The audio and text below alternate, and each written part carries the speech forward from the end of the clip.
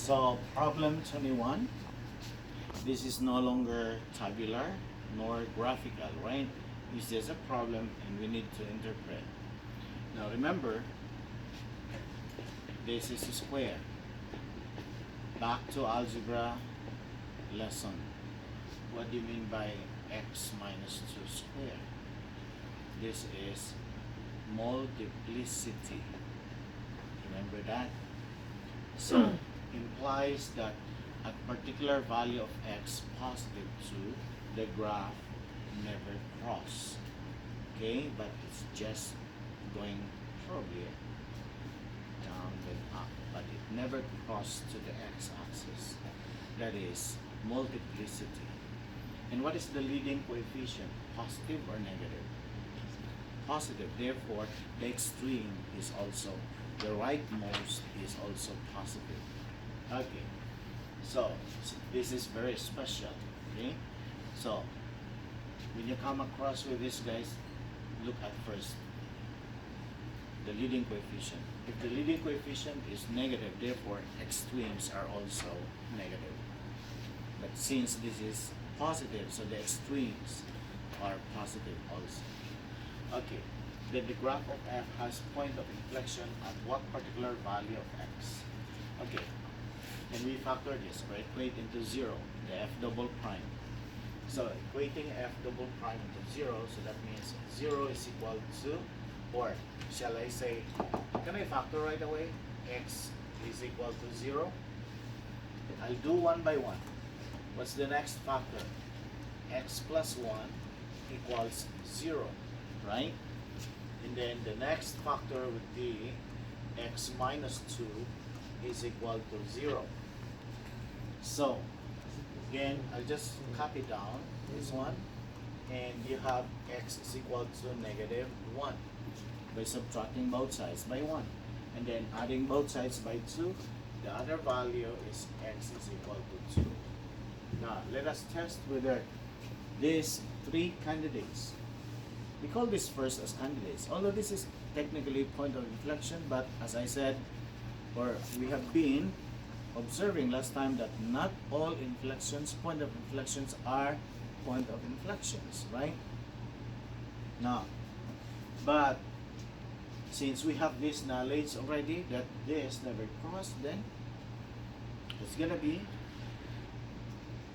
basically x of 2 is not point of inflection.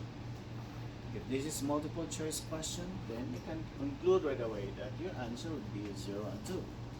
But you need, if this question is multiple choice, what if this question is free response? You're gonna have to show the number line, right? Show the number line for you to earn credit. Okay, so number line. So this is f double prime and then f. We start at negative 1. So negative 1 and then 0 and then 2. Okay? So leading coefficient. As I said, look at the leading coefficient, therefore the extremes are positive because the leading coefficient is positive. So therefore, we can say that this is plus and this is plus right here. Make sense, guys? That's for the leading coefficient. However, if the leading coefficient is negative, so right here must be negative and this negative. So the extremes must be negative if and only if the leading coefficient is negative. Okay? Now let's take a look now on the interval from negative 1 to 0. Negative 1 to 0. Shall we do 1/2, negative 1/2? Is negative 1/2 within the interval from negative 1 to 0? So negative 1/2. So right here is negative. If this is negative 1/2, so that means what happens right here?